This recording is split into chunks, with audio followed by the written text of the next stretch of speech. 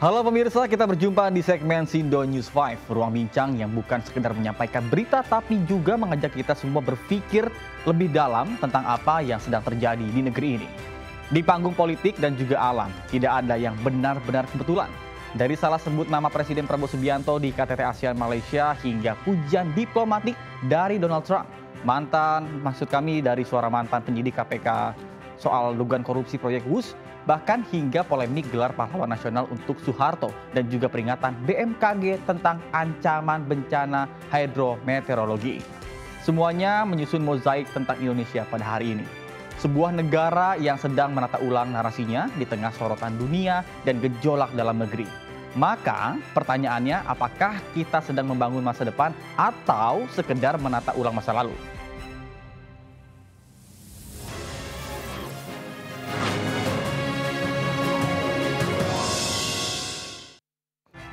Pemirsa, di tengah gegap gempita KTT ASEAN di Kuala Lumpur, sebuah momen ganjil mencuat. Nama Presiden Indonesia Prabowo Subianto disebut sebagai Joko Widodo oleh komentator resmi RTM Malaysia. Kesalahan ini bukanlah sekedar kesalahan teknis, melainkan refleksi bagaimana simbol politik bisa terdistorsi di panggung internasional. Dalam diplomasi, nama bukan hanya identitas, tapi nama adalah representasi, legitimasi, dan juga penghormatan. Maka publik pun bertanya, apakah dunia belum sepenuhnya mengenal wajah baru Indonesia? Bayangkan saja, Prabowo melangkah ke ruang konferensi membawa mandat rakyat dan semangat baru. Namun di layar kaca dirinya masih dibayangi pemimpin sebelumnya. Di balik jas diplomatik dan senyum protokoler, ada manusia yang ingin dikenali sebagai dirinya sendiri. Bahkan kesalahan ini menyentuh simpul transisi politik yang belum sepenuhnya mapan di benak regional. Dalam dunia yang menuntut presisi, satu kata bisa mengubah narasi. Satu nama bisa menggeser makna. RTM Malaysia segera menyampaikan permintaan maaf dan menyebutnya sebagai kesilapan dan berjanji untuk memperketat kontrol di redaksi.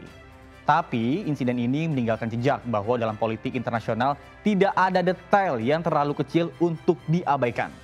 Salah sebut Prabowo bukan hanyalah soal siapa yang memimpin, tetapi bagaimana dunia memilih untuk melihat Indonesia hari ini sebagai negara yang sedang menata ulang narasinya di mata global. Excellency Joko Widodo, the President of the Republic of Indonesia. Now, as the world's third largest democracy and a founding member of ASEAN, Indonesia continues to be a central voice in ASEAN's geopolitical identity and global engagement. Welcome, Your Excellency. Nah, apa jadinya jika pujian datang dari panggung paling berpengaruh di dunia? Di tengah riuh diplomasi KTT ASEAN ke-47 di Kuala Lumpur, Presiden Amerika Serikat Donald Trump menyebut Prabowo Subianto adalah sebagai sahabat saya dan memuji dukungan Indonesia dalam menciptakan perdamaian di Timur Tengah. Bahkan pidato itu bukan sekedar basa-basi protokoler, melainkan pengakuan atas peran baru Indonesia di landscape geopolitik global. Tapi pertanyaannya, apakah pujian itu adalah cerminan kemitraan sejati? Ya, di balik tepuk tangan delegasi dan sorotan kamera internasional, Prabowo duduk tenang membawa mandat rakyat dan harapan baru. Pujian dari Trump bukanlah hanya soal hubungan personal, tapi tentang bagaimana Indonesia diposisikan dalam percaturan perdamaian dunia. Dalam konteks sejarah yang panjang konflik Timur Tengah, dukungan Indonesia menjadi simbol bahwa negara ini tidak lagi sekedar penonton, melainkan pemain aktif yang diperhitungkan.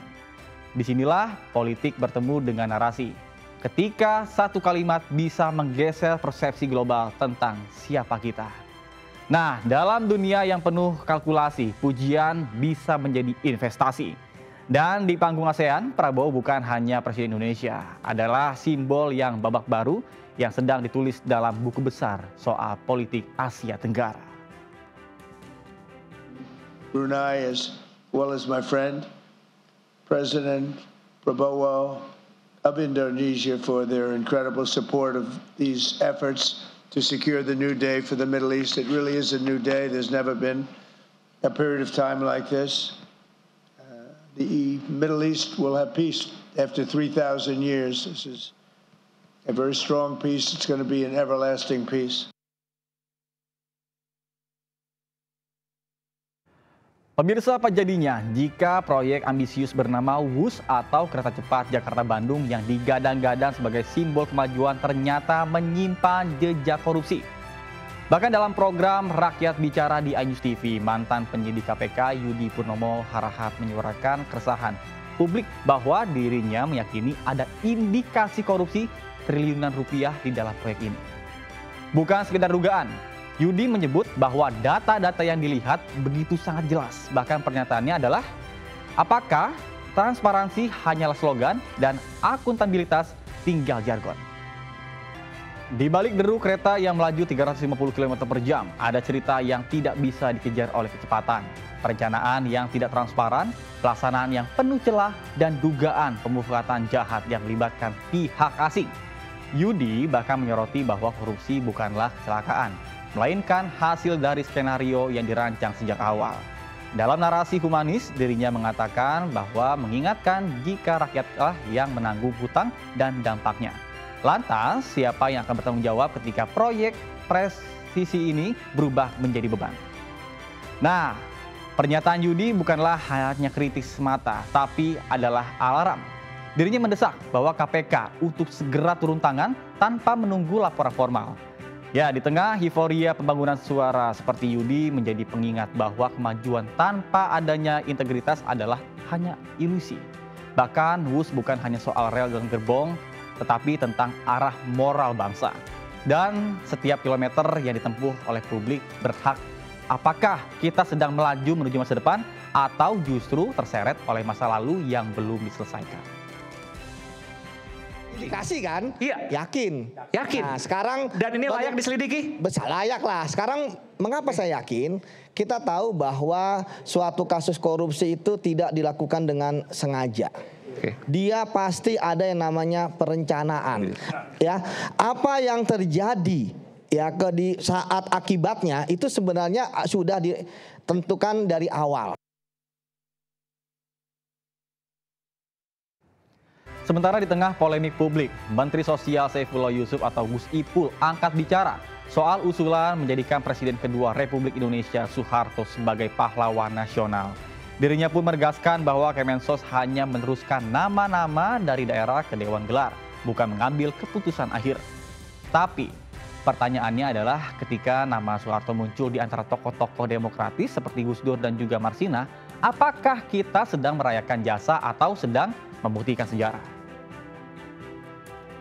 Ya, Gus Ipul mencoba meredam kontroversi dengan menyebut bahwa prosesnya masih panjang dan keputusan akhir ada di tangan tim independen. Namun, publik tahu, dalam politik, simbol bukan sekedar formalitas. Dirinya adalah mengatakan bahwa pesan, arah, dan kadang kompromi. Dan usulan ini membuka kembali kotak Pandora sejarah Orde Baru.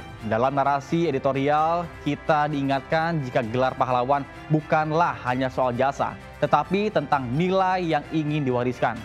Dan dalam pusaran sejarah, publik berhak bertanya, siapakah yang menentukan dan siapa yang layak untuk dikenang? Dapat tentu dijadikan pertimbangan. Kembali yang menjadi pedoman daripada kita, tim, itu adalah pada syarat-syarat formal yang ada. Nah, apa yang lebih sunyi dari peringatan yang tidak didengar? BMKG kembali mengimbau kepada warga di sejumlah daerah untuk bersiap menghadapi ancaman bencana hidrometeorologi. Hujan ekstrim, angin kencang, kekeringan, hingga suhu panas yang tidak biasa. Semuanya bukanlah sekedar gejala alam, tapi adalah sinyal bahwa interaksi atmosfer, air, dan daratan sedang tidak seimbang.